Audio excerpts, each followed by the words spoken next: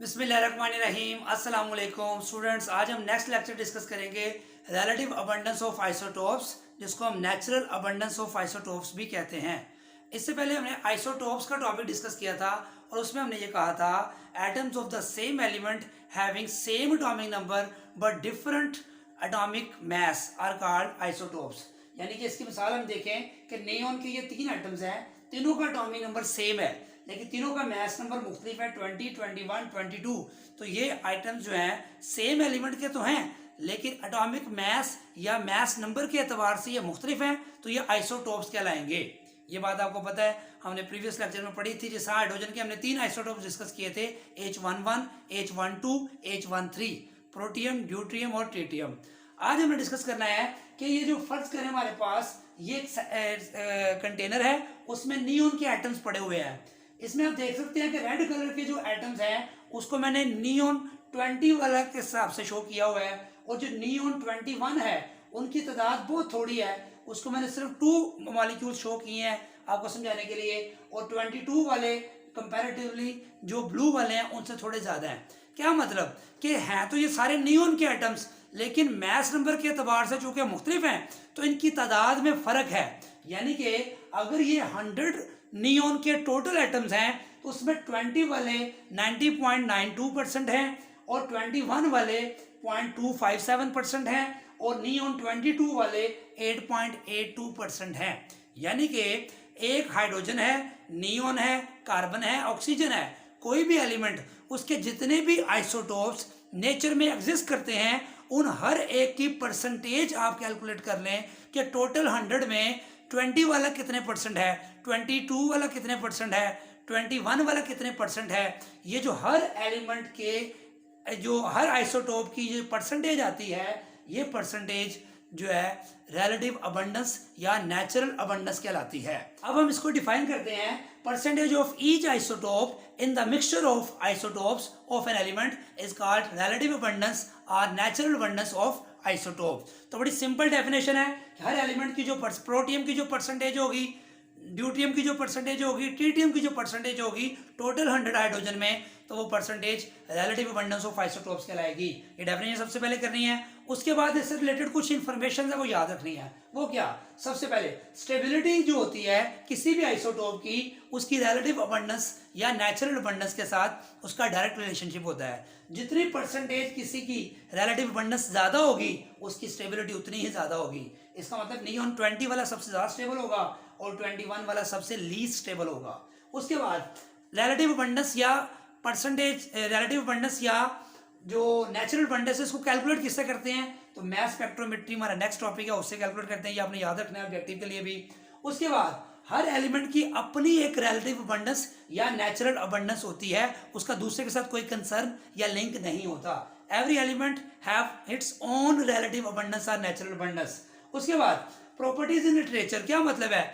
किसी भी एलिमेंट की जो प्रॉपर्टीज लिटरेचर के अंदर मेंशन है, जैसे हाइड्रोजन की जो प्रॉपर्टीज हम डिस्कस करते हैं, नियॉन की जो प्रॉपर्टीज हम डिस्कस करते हैं, वो जो सबसे मोर अबंडेंट आइसोटोप होता है वो उसके ऊपर बेस करती हैं। फॉर एग्जांपल नियॉन की जो प्रॉपर्टीज पढ़ते हैं वो नियॉन 20 की बेस पे जो है वो डिस्क्राइब की गई हैं या लिखी गई हैं या डिस्कस की जाती हैं। इस तरह हाइड्रोजन की जो प्रोटियम है उसकी प्रॉपर्टीज जो हाइड्रोजन का प्रोटियम है उसके बेस पे जो उसकी प्रॉपर्टीज डिस्कस की जाती हैं, क्योंकि उसकी अबंडेंस सबसे ज्यादा है। उसके बाद कुछ इंफॉर्मेशन है अक्रंस ऑफ आइसोटोप्स के हवाले से। सबसे पहले याद रखना आपने, ये data objective point of view से बहुत इंपॉर्टेंट है कि नेचर में 280 आइसोटोप्स एग्जिस्ट करते हैं। ये ऑब्जेक्टिव में पूछ सकता है how many isotopes exist in nature. जो ऑप्शन होंगी उनमें से एक ऑप्शन 280 होगी, उसको टिक करना है। अगली बात, इन 280 में से 40 आइसोटोप्स क्या होते हैं? रेडियो एक्टिव, मतलब अनस्टेबल होते हैं, रेडिएशंस अमिट करते रहते हैं, जबकि उसमें से 240 क्या होंगे? स्टेबल आइसोटोप्स होंगे। इन 280 के अलावा 300 अनस्टेबल आइसोटोप्स भी एग्जिस्ट करते हैं जो आर्टिफिशियल डिसइंटीग्रेशन से बनाए जाते हैं, नेचर में एग्जिस्ट नहीं करते। ये ऑब्जेक्टिव के लिए आपने याद रखना है। उसके अलावा एक लाइन लिखी हुई है बुक में, फ्लोरीन, आयोडीन, जो गोल्ड और आर्सेनिक, इनको मोनो आइसोटोपिक एलिमेंट्स कहते हैं। क्यों इनको मोनो आइसोटोपिक कहते हैं? कि इनका सिर्फ एक ही आइसोटोप एग्जिस्ट करता है। मजीद इंफॉर्मेशन इसमें क्या है देखें, जो ऑड एटॉमिक नंबर वाले एलिमेंट्स हैं, elements having odd atomic number, never possess more than 2 stable isotopes, यानी कि एलिमेंट्स जिनका एटॉमिक नंबर ऑड है उनके आइसोटोप्स 2 से ज़्यादा हो सकते हैं। जैसे हाइड्रोजन के 3 है, प्रोटियम, ड्यूटियम, ट्रीटियम, लेकिन जो स्टेबल है वो प्रोटियम और ड्यूटियम है। ट्रीटियम जो है वो रेडियो एक्टिव है, वो स्टेबल नहीं है। इसी तरह वो एलिमेंट्स जिनका एटॉमिक नंबर इवन है वो लार्ज नंबर ऑफ आइसोटोप्स की फॉर्म में एग्जिस्ट करते हैं या अबंडेंटली एग्जिस्ट करते हैं। ये भी इंफॉर्मेशन याद रखनी है।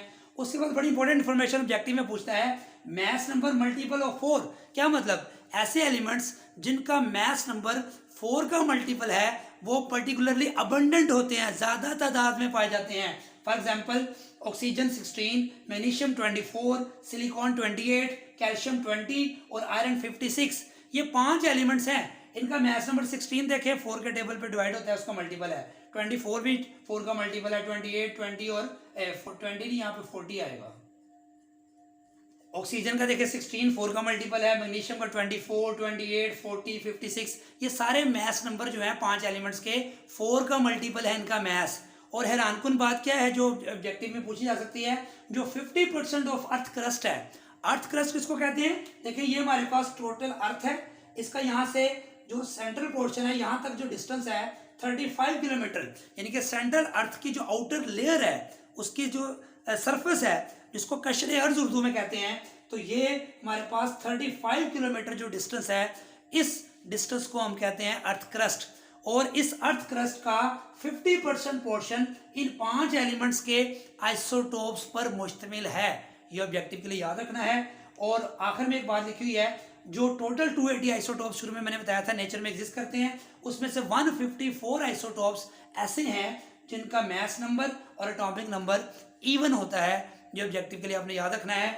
और इस फिक्रे को याद करने के लिए मैंने यहाँ लिखा हुआ है, कैल्शियम को पहले लिखें, आयरन, सिलिकॉन, MgO। इसको आप लिख सकते हैं काफी सी मांगो और, काफी सी मांगो और, कहते दिल मांगे मोर, तो आप लिखें काफी, CAFE, काफी, कैल्शियम आयरन हो जाएगा, CSIC, मांगे Mg और O, यानी काफी सी मांगे और। सिंपल एक स्टेटमेंट है, इसको याद करें तो ये आपको याद हो जाएगा। अगर नहीं याद करना चाहते तो आप तरतीब से भी इसको याद कर सकते हैं।